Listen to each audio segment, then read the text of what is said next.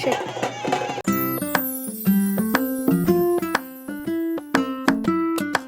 Hello friends, welcome back to my new vlog. ಇವತ್ತಿನ ಈ ವ್ಲಾಗಲ್ಲಿ ನಾನಿವತ್ತು ನಮ್ಮಪ್ಪ ಅವರ ಮನೆ ದೇವರಾದ ಉದ್ದಾನ ವೀರಭದ್ರ ಸ್ವಾಮಿ ಟೆಂಪಲ್ಗೆ ಜಾತ್ರೆ ಇರೋ ಕಾರಣ ಹೋಗ್ತಾ ಇದ್ದೀವಿ. ಇವಾಗ ಆಲ್ರೆಡಿ ಟೈಮ್ 6:30 ಆಗಿದೆ. ಈ ಒಂದು ಟೆಂಪಲ್ ಇರೋದು ಹಳೆ ನಿಜ್ಗನಲ್ಲಿ. ಉದ್ದಾನ ವೀರಭದ್ರ ಸ್ವಾಮಿ, ಭದ್ರಕಾಳಮ್ಮನವರ ಸಮೇತ ವೀರಭದ್ರ ಸ್ವಾಮಿ ಅಂತ ಈ ದೇವಸ್ಥಾನದ ಹೆಸರು. ನೋಡಿ, ರೋಡ್ ತುಂಬ ಲೈಟಿಂಗ್ಸ್ ಹಾಕಿದ್ರು. ಇದೇ ನೋಡಿ ಬೆಟ್ಟ, ಉದ್ದಾನ ವೀರಭದ್ರ ಸ್ವಾಮಿ ದೇವಾಲಯ. ಫ್ರೆಂಡ್ಸ್ ನೋಡಿ, ನಾನು ಮತ್ತೆ ಈ ಕಡೆ ಬಮ್ಮ ನನ್ನ ತಂಗಿ, ಆಮೇಲೆ ನಮ್ಮ ಮಮ್ಮಿ, 3 ಜನ ಜಾತ್ರೆಗೆ ಬಂದಿದ್ದೀವಿ.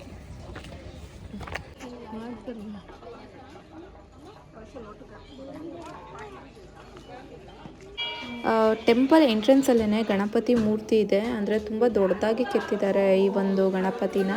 ಸೊ ಇಲ್ಲಿಗೆ ಬಂದು ಪೂಜೆ ಮಾಡ್ಕೊಂಡೇ ಮೇಲೆ ಹೋಗೋದು. ಸೊ ಇಲ್ಲಿ ನಾವೇ ಪೂಜೆ ಮಾಡಬೇಕು, ಯಾವುದೇ ಥರ ಐನೂರು ಇರಲ್ಲ. ನೋಡಿ, ಇದೇ ಒಂದು ದೇವಸ್ಥಾನ ಉದ್ದಾನ ವೀರಭದ್ರ ಸ್ವಾಮಿದು. ನೋಡಿ, ಇದೇ ಒಂದು ದೇವಸ್ಥಾನ ಶ್ರೀ ಉದ್ದಾನ ವೀರಭದ್ರ ಸ್ವಾಮಿದು. ನೋಡಿ, ಎಲ್ಲ ಕಟ್ಟಿಗೆ ಎಲ್ಲ ಹಾಕಿದ್ದಾರೆ ಕೊಂಡಕ್ಕೆ ಈಗ ಆಲ್ರೆಡಿ. ಏನಕ್ಕಂತ ಅಂದರೆ ಆರತಿ ಎಲ್ಲ ಈ ಒಂದು ಕೊಂಡನ ತುಳಿಲಿ ಅಂತ. ನೋಡಿ, ಇದೇ ನಮ್ಮ ಮನೆ ದೇವರು ಉದ್ದಾನ ವೀರಭದ್ರ ಸ್ವಾಮಿ. ನೋಡಿ ಫ್ರೆಂಡ್ಸ್, ಎಷ್ಟು ಉದ್ದ ಇದೆ ಗೊತ್ತಾ, ನಾವು ತಲೆ ಎತ್ತು ನೋಡಬೇಕು, ಅಷ್ಟು ಉದ್ದ ಇದೆ ಈ ಒಂದು ದೇವರು. ಸೊ ಈ ಕಡೆ ಸೈಡು ಭದ್ರಕಾಳಮ್ಮ ಇದೆ, ನೀವು ನೋಡ್ಬೋದು. ಅಲಂಕಾರ ಅಂತೂ ತುಂಬ ಚೆನ್ನಾಗಿ ಮಾಡಿದ್ರು. ಸೊ ಈಗ ಪಕ್ಕದಲ್ಲೇ ಇನ್ನೊಂದು ದೇವಸ್ಥಾನ ಇದೆ. ಸೊ ಆ ದೇವಸ್ಥಾನಕ್ಕೆ ಹೋಗ್ಬೇಕು ಅಂದರೆ ನಾವು ಸ್ವಲ್ಪ ಬಕ್ಕೊಂಡು ಬರಬೇಕು. ಸೊ ಬಂಡೆ ಇರೋದ್ರಿಂದ. ಈ ದೇವರ ಹೆಸರು ಮರಳು ಸಿದ್ದೇಶ್ವರ ಅಂತ. ಸೊ ತುಂಬ ಚೆನ್ನಾಗಿದೆ ದೇವರು. ಇಲ್ಲಿರೋದು ಶಿವ.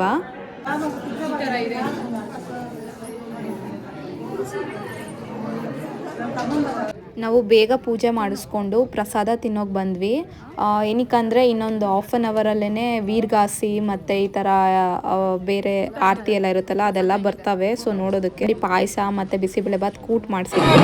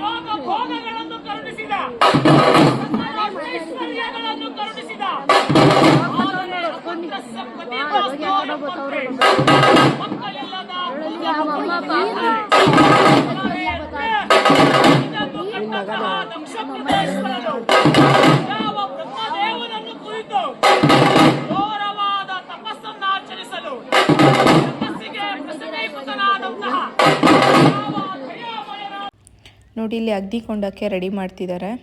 ಅಂದರೆ ಎಲ್ಲರೂ ಇದ್ರ ಮೇಲೆ ನಡ್ಕೊಂಡು ಹೋಗ್ತಾರೆ. ಅದಕ್ಕೋಸ್ಕರ ಎಲ್ಲ ಕರೆಕ್ಟಾಗಿ, ಆದರೆ ಒಂದೇ ಕಡೆ ಕೆಂಡ ಜಾಸ್ತಿ ಇರಬಾರ್ದು ಅಂತ ಎಲ್ಲ ಕಡೆ ಹರಡ್ತಿದ್ದಾರೆ. ನಾವೆಲ್ಲ ಈಗ ಮೇಲ್ಗಡೆ ಕೂತ್ಕೊಂಡಿದ್ದೀವಿ.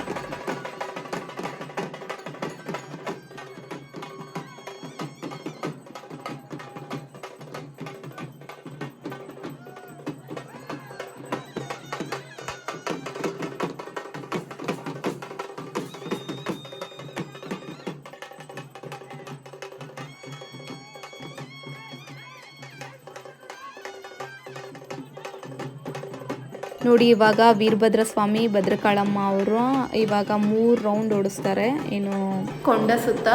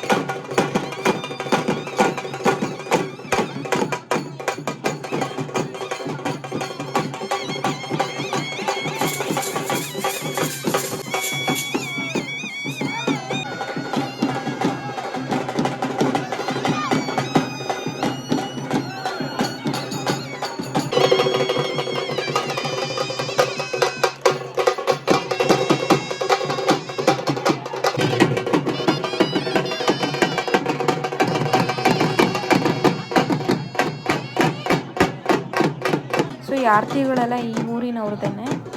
ನೋಡಿ ಇವಾಗ ಆರತಿ ಹೊತ್ಕೊಂಡಿರೋರೆಲ್ಲ ಕೂಡ ಕೊಂಡದಲ್ಲಿ ಹೋಗ್ತಾರೆ.